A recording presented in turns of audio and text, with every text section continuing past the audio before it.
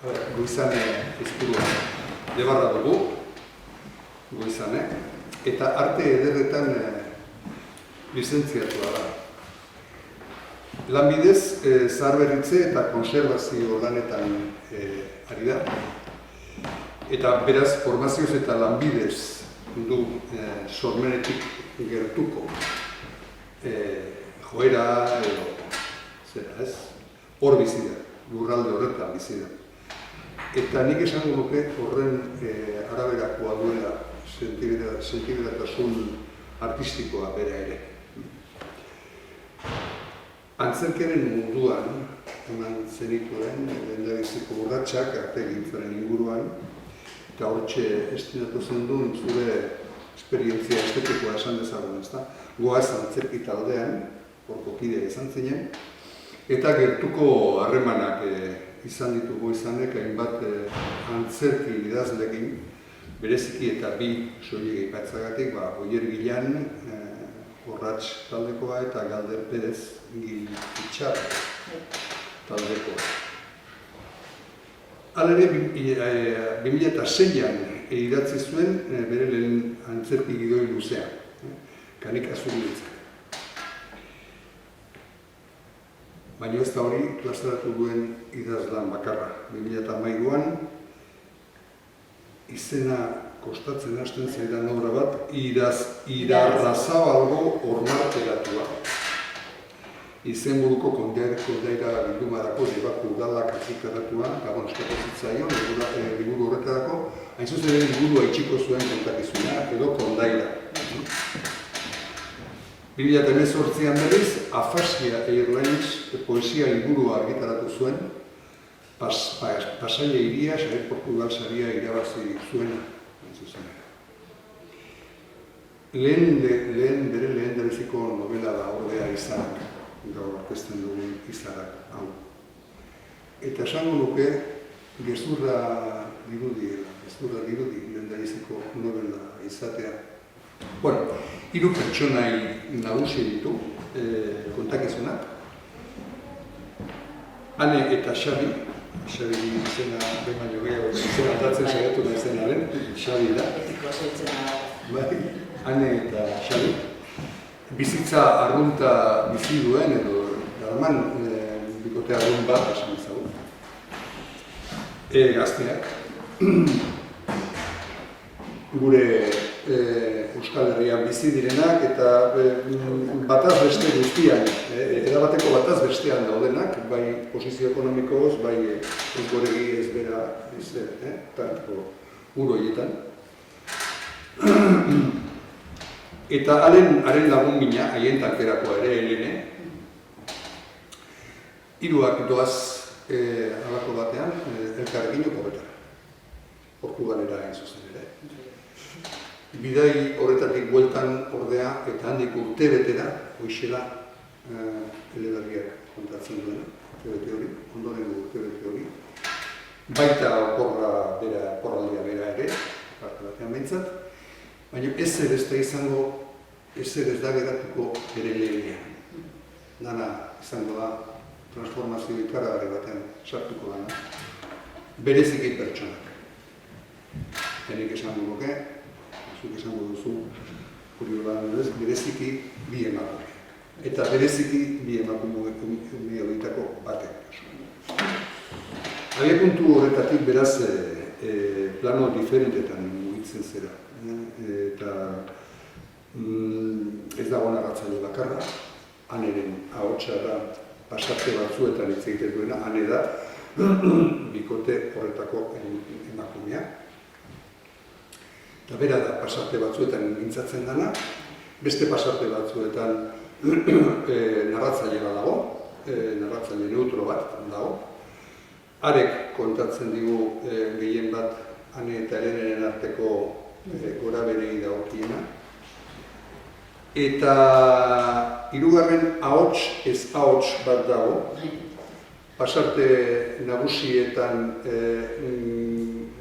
hasiera edo atari edo atalase lana egiten duena, ahots gogoetatxu bat, ez da identifikatzen inorekin, airean dagoen ahots bat da, gogoeta baten ahotsa dela esango dukenik.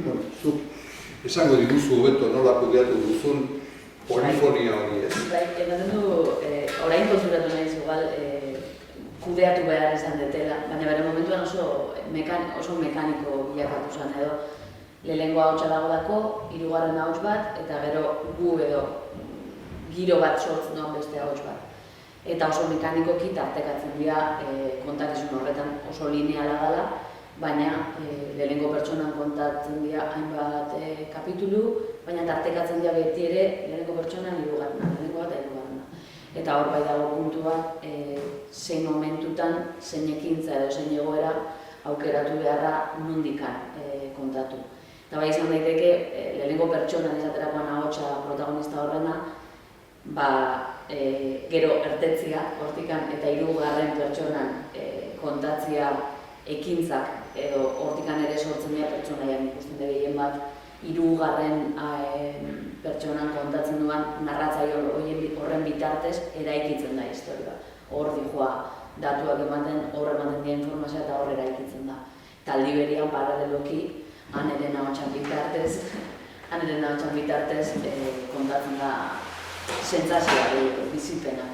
Baina nahiz eta eman malabarismo lanetan ibili naizela oso mekaniko sortutako zera bat izan da. Baina gauzak gertatzen dira batez ere pertsonaien barruan, ez da, pertsonaien arimaren barruan esan bezala. Bai, azken finean badago ekintza zehaz bat, ematen duana, klik bat edo mekanismo bat martxan jartzen duana, eta oso hortzen da eraldaketa bat, bereziki izan duzun bezala, bi pertsona horretan, Helene eta Ane. Ane protagonista litzateke eta Helene horbitan dagoen beste pertsonaia, baina ez horregatik bigarren planan dagoena, oso presente dago.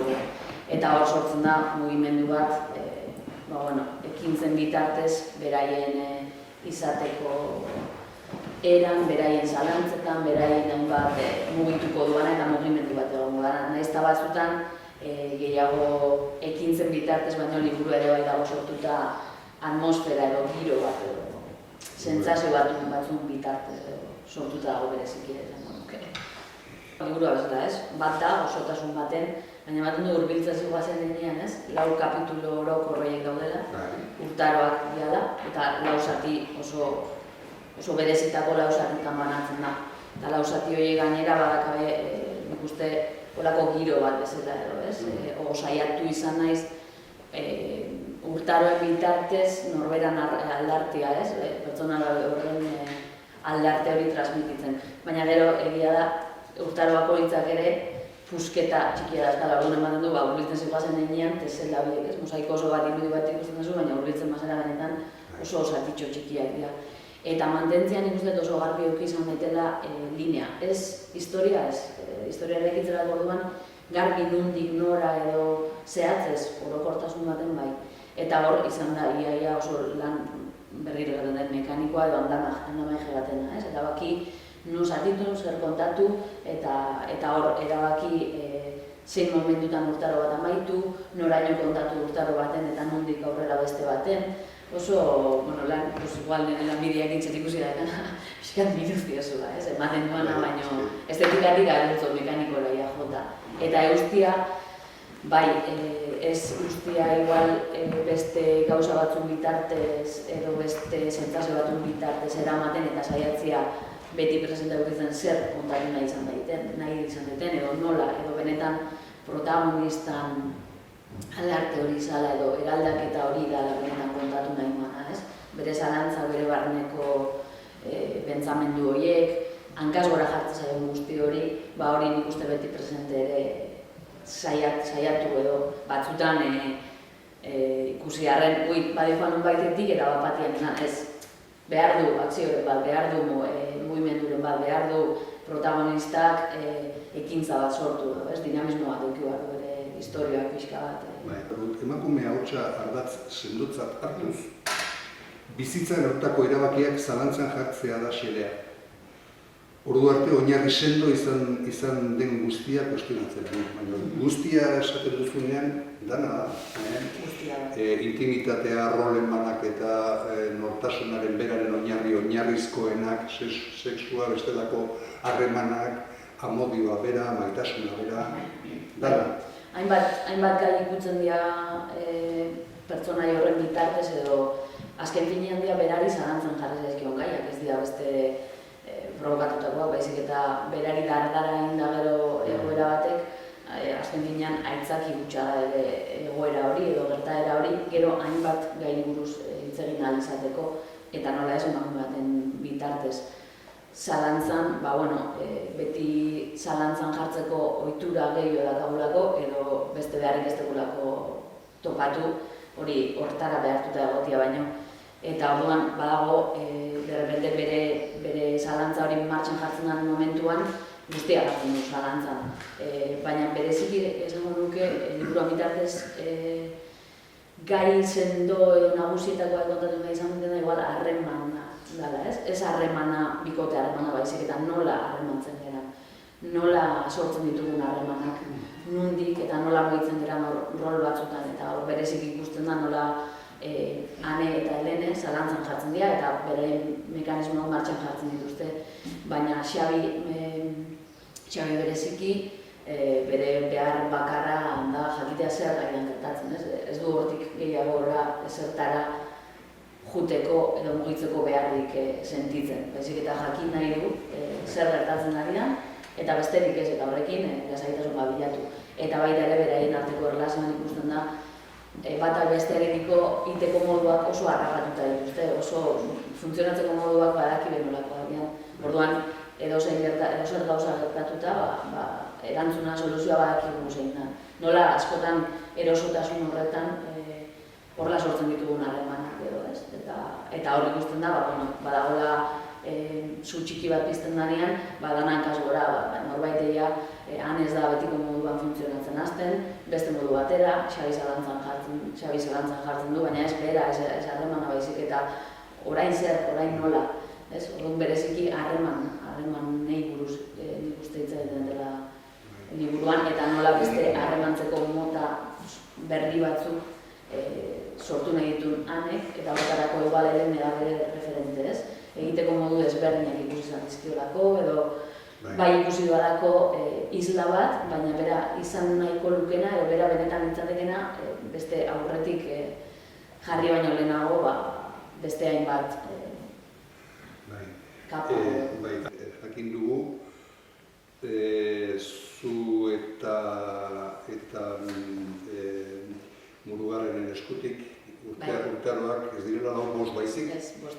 Eta bosgarrenaren izenburuak ez dugu azalera ekarri, arrazoi batzuengatik. Baina hortxe dago barruko azalean, esperoan ematen den denbora omen da bosgarren urtearoa. Bai, izan dugu lau urtarotan banatuta dagoela urte oso bat, baina badago bosgarren koda bat edo zure ditzen dozuna, ez?